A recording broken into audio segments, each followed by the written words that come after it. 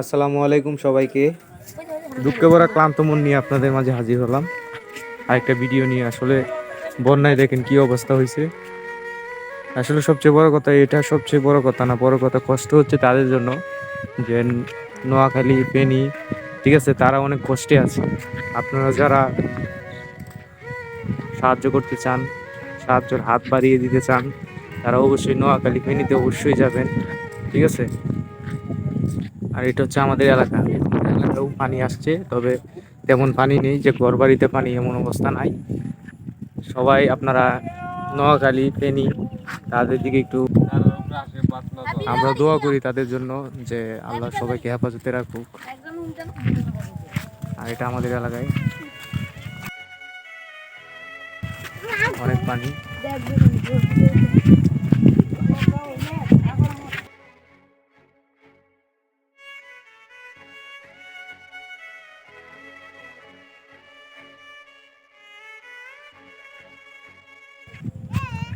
আমার একটা মেমোরি আর আছে হানি মাঝে বড় হানি মেমোরিটা আছে।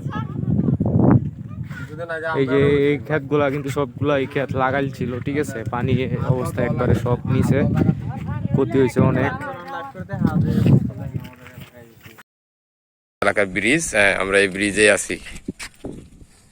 আমরা পানি আর পানি, পানি আর পানি, পানি ছাড়া আর কিছু দেখা যায় না।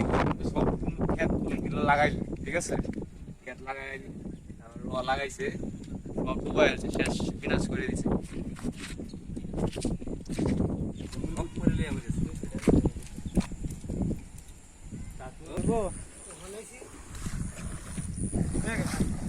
এই যে দেখেন মাছ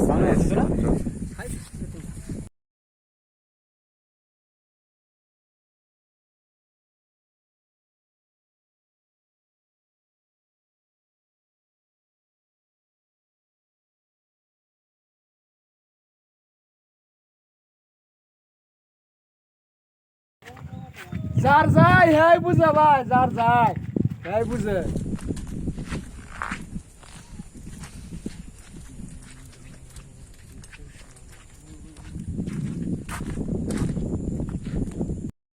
এই যে দেখেন খুব কঠিন একটা অবস্থা হয়েছে আমাদের এলাকায়। এত পানি, শুধু খালি চারিদিকে পানি আর পানি। আর মানুষে এই যে দেখেন, তারা মাছ মারার জন্য সবকিছু রেডি করে রাখছে। একটু পরে থেকে আবার মাছ অবশ্যই মারা হবে। অনেক পুষ্কুনি ডুবাই দিছে আমাদের এলাকায়, অনেক মাছ ভর্তি পুষ্কুনি ছিল, তাদের পুষ্কুনি গুলো অনেকটি ডুবাই দিছে। নয়নদা কি মাছ লিয়ে যাও নাকি? হ্যাঁ হ্যাঁ মাছ নিয়ে যেতেছি। দেখছেন সবাই কিন্তু মাছ নিয়ে ব্যস্ত।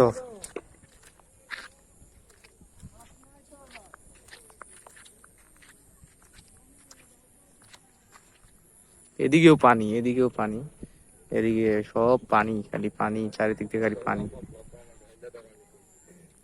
তো এই হচ্ছে অবস্থা। তো ভিডিওটা যদি ভালো লাগে, ভালো লাগলে অবশ্যই কমেন্টে বলবেন। আর আপনাদের এদিকে কি পানি আছে কিনা অবশ্যই কমেন্টে জানাবেন।